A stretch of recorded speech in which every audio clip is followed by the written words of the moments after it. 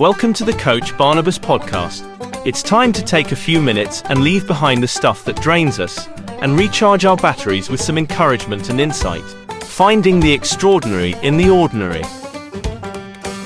Hi, and welcome back to episode 13 of Coach Barnabas. I'm going to kind of refer back to episode 11 a little bit regarding the voice of God. And I want to share yet another story of a time where and this actually leads into a different topic, so I'm not necessarily revisiting that one. It's not going to be entirely the same, but it is a situation where I had kind of an encounter with God, which was really inspirational and helped me get over some major doubts I had in my life and some fears, and quite frankly, something of an existential crisis let me just explain. This was 1987, if I remember correctly, 1987.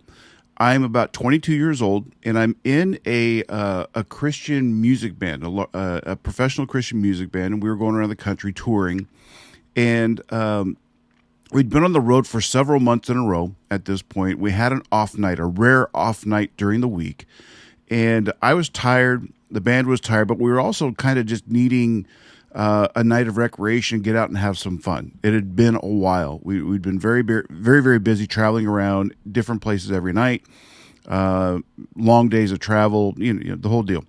But this particular night, and this has kind of been occurring through the previous week, 2 weeks, or it just kind of grown to where I was really questioning and doubting why I was there. And let me tell you why. Again, this is a Christian band, a Christian music group, and I had been singing. Well, let's put it back this way. I told you in a previous episode that I gave my heart to the Lord in 1983. This is 1987, so I've been in this for about 4 years, and even less than that have I been singing. I started that probably 1984, 1985, before I even decided I would be willing to stand up in front of people and sing, which is a whole other story for another time. So I've been only doing this for a couple of years, 2-3 years.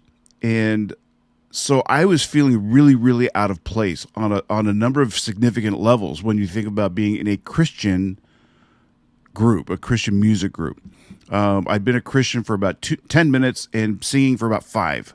Is kind of how it felt. And I was in a group among others who were basically born on a church pew. They'd been in Christian families, raised in all the, in church and doing all this stuff where I was not. And they started music at a very young age. Some were born into musical families, and it was kind of a birthright to be musical, to be singing, to play multiple instruments, all this stuff. So I was feeling very, very insecure. I was feeling very, very unqualified on every way. It's like, this is how I'm spending my life doing essentially these two things that I have, comparatively speaking, no experience, no business being there. So I was just feeling lost. I was feeling out of place. I was feeling detached from the group because I couldn't participate in the conversations they had. I didn't have the memories they had. I didn't have the experiences they had. Nothing. And so they all wanted to go bowling this particular night, this particular off night. And I had, as fun as that sounds, as much as I would enjoy that, I just felt like staying in the hotel. So we're in Lexington, Kentucky. I'll never forget that. I'm staying in the hotel room. I turn on the TV in the room, and the movie The Breakfast Club was on. If you remember that one with the Brat Pack and all this back in the 80s. And so I'm watching this, and if you're familiar with the movie, it's all these different people who are on Saturday detention, basically stuck in the library for their misdeeds at school. And you have the jock, you have kind of the burnout guy, you have, all these people who have varying personalities, interests. You have kind of the nerdy guy, you have kind of the goth girl who's quiet, and they're all mixed together in the library for detention for a day. And so the movie is already kind of introspective in the sense that you have all these different personality types, and they collide, but they all kind of work together and stuff. So I'm already kind of in this pensive mood. I'm already in this introspective type of mood, and I'm watching this movie and just questioning God, in my own way. I mean, I didn't actually verbalize the words or anything like that, but this is where I was. And during the course of the movie, this thought popped into my head, and that's going back to episode 11. This was in its own way, in his own way. This was God speaking to me, and he asked me this question verbatim: "Do you think I made a mistake?" That was the question, and so that question pops into my head, downloaded from God, and I was left to kind of chew on that one and really unpack it and think about it. So here's, to answer that question, because who am I to be so audacious as to say, God, you made a mistake? I began to tear that apart a little bit and think about it. So this is where I came. This is again 1987. So in human history, there were a total of about 6 people who were part of this group in ministry ever. Okay, it was a brand new group. I was one of the founding members, and I was the only person in the group who lived any further west than the Mississippi River. Okay, we had people from Missouri, Pennsylvania, Arkansas, Mississippi, Kansas. And they all went to school together, so they knew each other. They already had relationships before I'd ever met them. So, and that's again, but so again, feeling out of place in so many different ways. But then God's like, "Do you think I made a mistake?" And in unpacking this, I'm thinking, okay, in human history, there's only been 6 people in this ministry. I'm one of them. Geographically, I have no connection, but I'm still one of them. God plucked me out across the whole country and put me in this situation. Okay, and I just had to come to terms with the fact that if God doesn't make mistakes, and I'm here and we're traveling around night after night ministering to different people everywhere, then maybe in spite of my lack of resume qualifications, okay, that he had me in mind specifically to contribute something and even to learn something through this process. And that's what I'm sharing with you is what I learned through that process.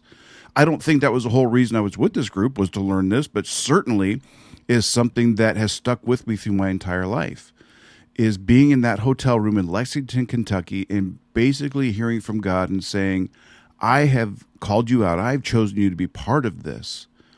And it just reminded me that story came back to me this week, because this past weekend on Sunday, I was teaching a class at church, a discipleship class, and the topic was trust.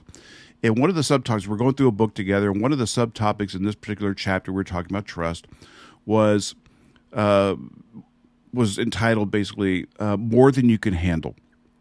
Okay, and there's a misnomer. A lot of people say this. Will say, God's not going to give you more than you can handle, and I believe that to be, frankly, entirely untrue. The complete opposite. I think God's going to load us down with things that are more than we can handle, because we weren't intended to handle them. We're not designed to handle things that come our way. And the more we have, like in my situation in that group, that are so far beyond us, the more we have to rely on Him. And that's what I had to do. So I had, in that moment in Kentucky, in that hotel room, was what I needed to, basically His stamp of approval that you're here on purpose and that you have a purpose, and pursue it, explore it, make yourself available to it. And He will equip me. I'm already equipped with the tools that it takes to have the faith to do what I did and to do what He called me to do. But I had to rely on Him for them. Maybe you listen to these things, you think, wow, I don't have the faith you have to move across country and leave everything behind and cut your ties and move across the country on a wish and a prayer. But I say baloney. That's not absolutely not true. You have the faith, but faith is like a muscle. You have to exercise it. Okay. You could say, I don't have abs, but I do. They're just buried under this heaping bowl of ice cream I had last night. But nonetheless, they're there. But do I exercise them? My wife right now is saying, oh, okay, we're going to start going to the gym, right? That's not what I'm saying. Back off. But what I am saying is that faith needs to be exercised. And if you think you lack the faith to do something, is all the more reason you need to start exercising your faith and trusting God, because he has never failed you. He's never failed anyone. He will never fail you. So he's done his part of the deal, and he's equipped you. You come, you used to see advertisements on TV or in the paper or whatever. It's like, this brand spanking new toy or thing, and batteries not included, right? How many times do you see that? But we were designed, equipped with, it's included, it's built in us, it's in our spiritual DNA, our physical DNA is the ability to trust God and have faith. The question is, do we exercise it? Do we practice it? Do we allow ourselves to be in positions where we have nothing else to do but rely on him and trust him and say, God, you don't make mistakes. And if you're leading me into something that's bigger than I am, you know what? That's all the more reason to take those steps forward into those things. Because if your dreams are Corey's size, in my case, if my dreams are just limited to the things that I know I can do, they're not big enough. They're just not big enough. If you have dreams that are bigger than you are, now you're talking. Okay? Because then you have to rely on God to test what he's designed for you to do. Okay? And there are going to be times where you're going to think, my line is here, and if I take one more step, I'm going to explode, or I'm going to fail, I'm going to, whatever. And God's saying, trust me, take that step. And then when you essentially, maybe just metaphorically close your eyes and take that step and just keep walking. He said, take another step, keep walking, keep going, keep going, keep going. And then you open your eyes and you look and you see that line that you set for yourself, that barrier, that boundary that you set for yourself, that you thought, this is as far as I can go. If you're to turn around and look backwards, you can hardly even see that line anymore. You are so far beyond it because you trusted, you had faith, and you took that step.